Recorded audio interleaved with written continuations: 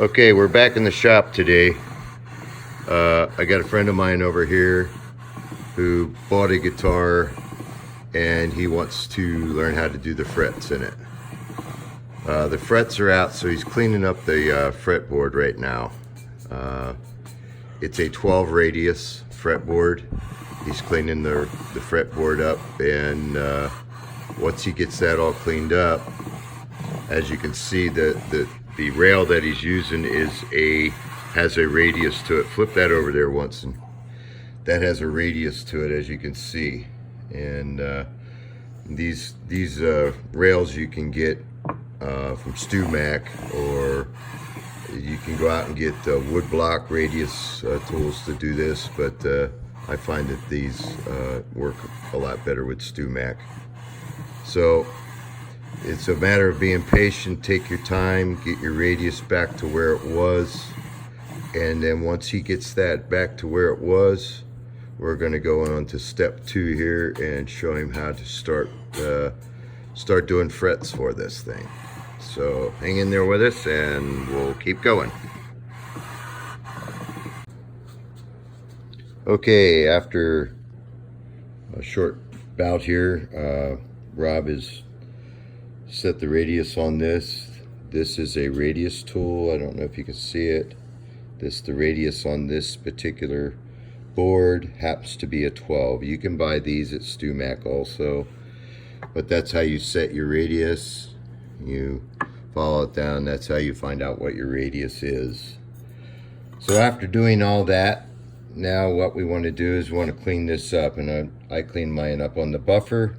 So he's going to take this over the buffer, clean this board up, get it all cleaned out, make sure all of our slots are all cleaned out, and then we're going to go on to the next step of getting ready to start putting these frets in, and then we'll show you the process on that. This happens to be the machine here that does that. So some of it you can do with the machine, and after it gets up to a certain point, then some of it you can't. So we'll show you both methods of how to put these frets in, and we'll go from there. Okay. Okay, Rob's cleaning up this fretboard a little bit, polishing it out before we get ready to throw some frets on it. This is a guitar that he bought that he wanted to redo. So what a better way to do something like this is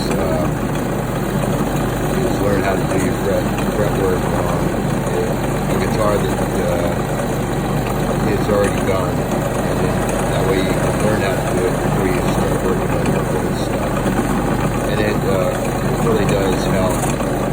That way, if there is some kind of screw up, your loss isn't a ton of money as opposed to a little bit. So I'm trying not to let him screw up. The biggest thing is don't catch that top edge as you're doing it. Roll around, turn it over. But as you can see, you can see the gloss in that fretboard already. So he's going to work that out, and as he works that out, we'll get her up to where he wants it, and then we'll throw it up on the bench and start doing new frets. Back at this project here. After this is all done, obviously we want to clean out all the slots, get them all nice and clean, and that's what Rob's up to here right now. He's cleaning out slots, and once he gets that cleaned out, then we're going to start getting ready to throw some of these frets in. This is what a fret looks like. This is one I've already cut back the tabs on, so it's ready to go in. So we'll show you how we do the bending of this stuff. We use a bender so that it follows your curvature, makes it a lot easier, and then we'll get going. So we're going to let Rob play with that for a while, and he'll get up to the point, and then we'll be ready to start dropping in some frets. Okay, now we're set up here to get started with these frets going into this fretboard. This is a machine. You can buy one of these at StewMac, or yes, you can do these by hand. They use these. This hammer is like a neoprene on one side, and I believe that is brass on the other side. That's what they use. Thing we first started, we already stuck one in. Obviously, this board has already had frets in it, and it had problems with that, so that's why we had to redress the fretboard. We redressed it, and we want to make sure these frets are going to stay put.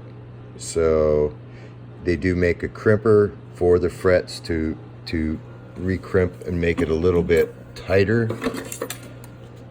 But the way I was taught, and now you don't have to do it my way, but you can see that there's actually crimps on these things. They have a tool that actually will crimp them a little bit more. I don't do it that way.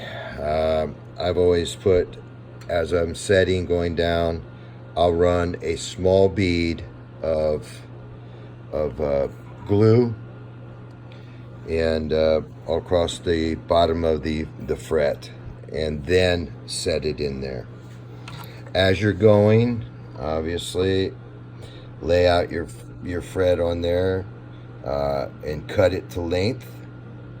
After you've cut it to length, then turn around, and we use these right here.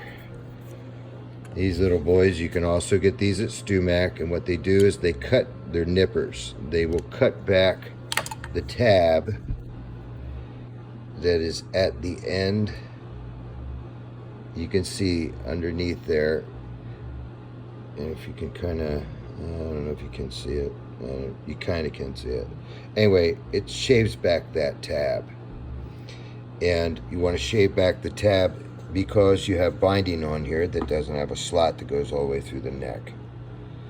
So as we're going, I'll get Rob started, and then I'll take some footage of him and him actually doing some of this stuff.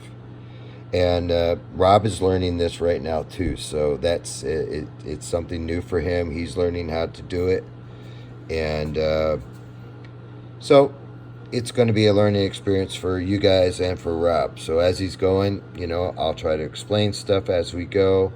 Don't forget, if I miss something as on some of these videos that you want to ask a question about, please feel free to ask, and I'll answer your questions the best I can. This tool right here, it's designed to put a curb in your fret wire. Normally fret wire comes in you know, straight lengths. You can buy that also at StewMac. And these tools, if you're not going to do this on a daily basis, don't go out and buy one of these tools, because they're expensive, and just for doing one guitar or something like that, or two guitars, it's not necessary.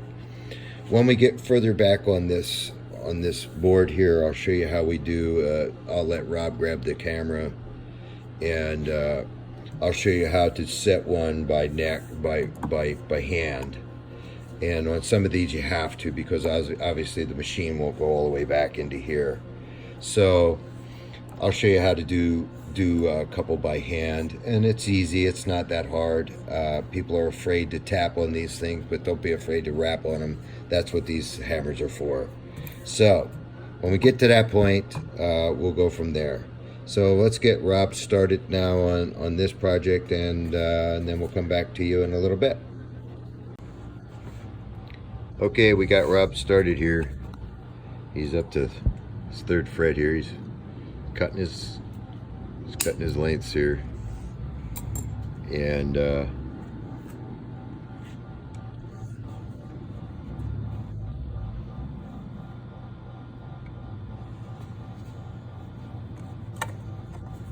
now he's going to nip it.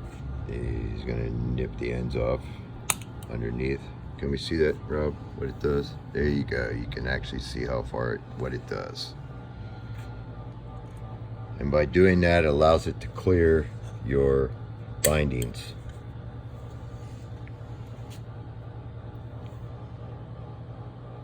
There you go.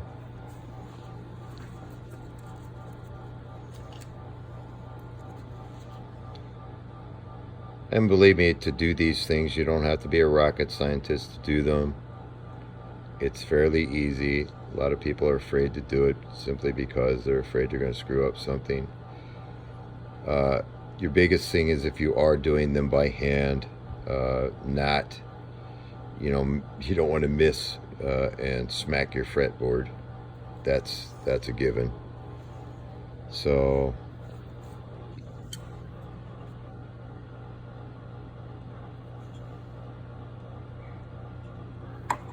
basically, he's got her started, tapping in on the end.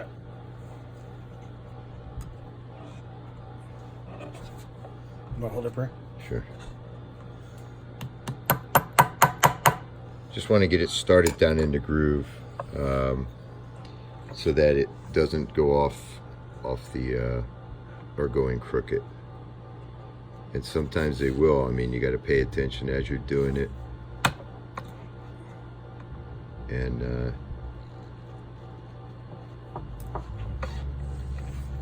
okay, now one of the things, and I can show you on this, and Rob's already caught it on the edge here.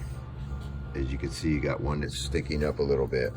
So I'm going to give this to Rob, and I can show you how you can either fix that. Sometimes you can fix that with the machine. So I'll slide it out and let the machine's pressure catch it a little bit more to the edge and see if that'll do it, which it did. It allowed it to do it. And or, don't be afraid, you can take this sucker and give a good smack down on this thing to seat it out, and that'll help seat it. So it's seated. Obviously Rob's been doing pretty good. He's not wasting anything. So once it's done, obviously you can go onto each side and trim these out.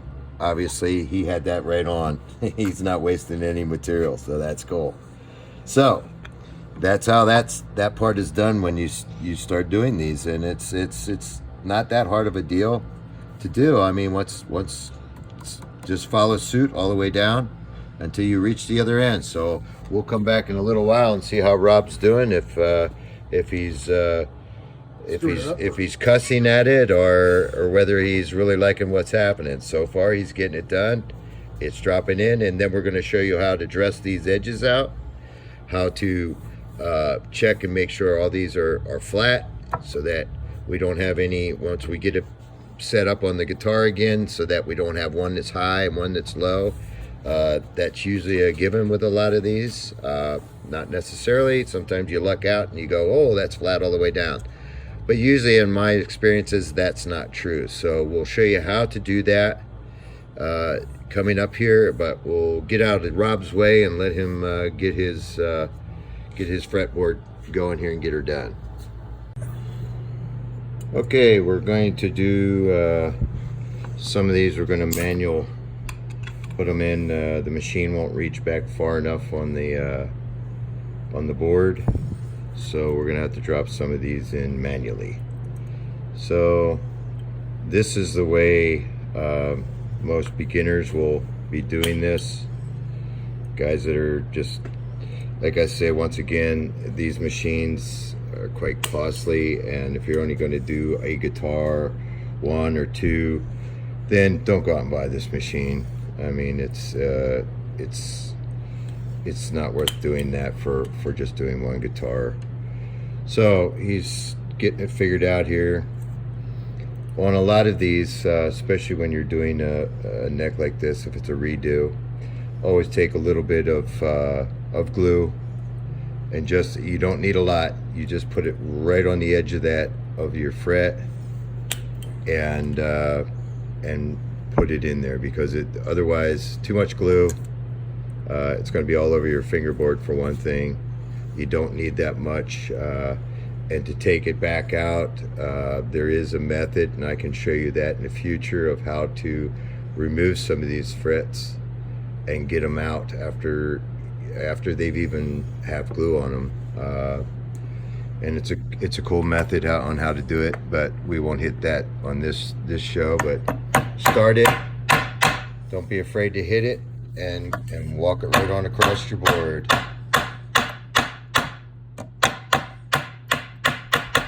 Easy as that. It's set. It's done. Nip off your excess on the edges.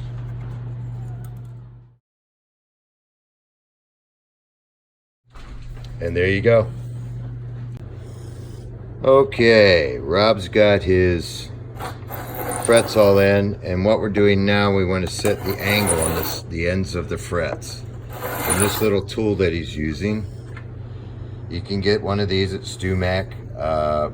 A lot of guys will use and do this by hand with one of these right here.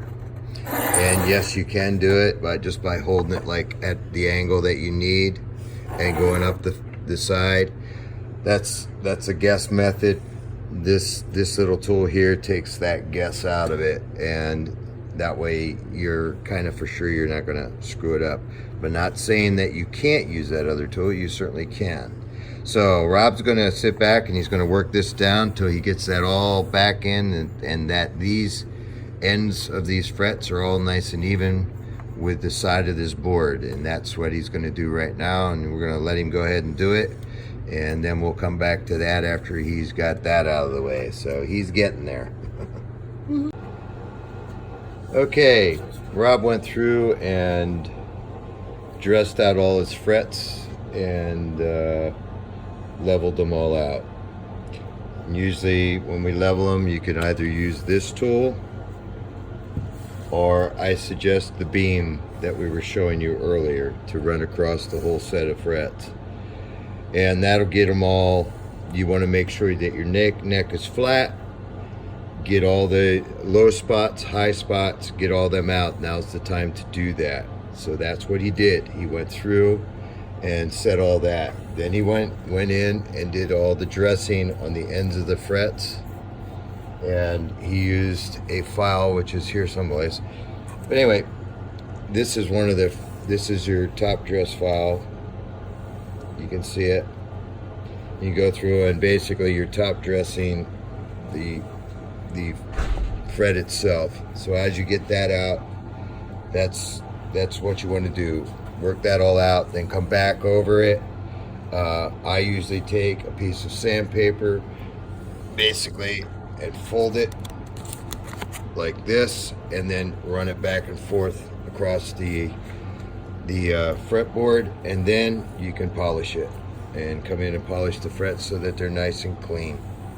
And he's gone through all the ends. He's rounded out all the ends on this, cleaned it up so you don't have any catchers. And now he's going to take off the masking tape, and we'll put some oil on there. And the oil I usually use, I get it from StewMac, and that's what I get, color tone, and it's fretboard finish. Put it on there, it's really good. It saves your fingerboard. And once he gets that off and all that, we'll do that and show you the final product of this whole thing. So there you go. Okay, this is final finish. We've gone through, we put the oil on there now. That's going to dry, but as you can see, sweet. Now this neck should be a really good fine neck, and this should play for many years to come once he finishes the body the way he wants to and all that good stuff. So he's working on that, trying to come up with whatever he's doing for that. But he saved the neck. When he bought this thing barely had any. I think it had 4 frets in it. He really wanted this guitar and wanted to put it together and redo it, so that's what he's doing. So we're back up. Frets are all back in the neck. The neck's been profiled out a little bit more, and there you go. So that's a little bit on how we do the fret work and how the fret work is done. So, and we will be doing more of this in the future and future shows to come. So thanks for joining us, and we will talk to you later.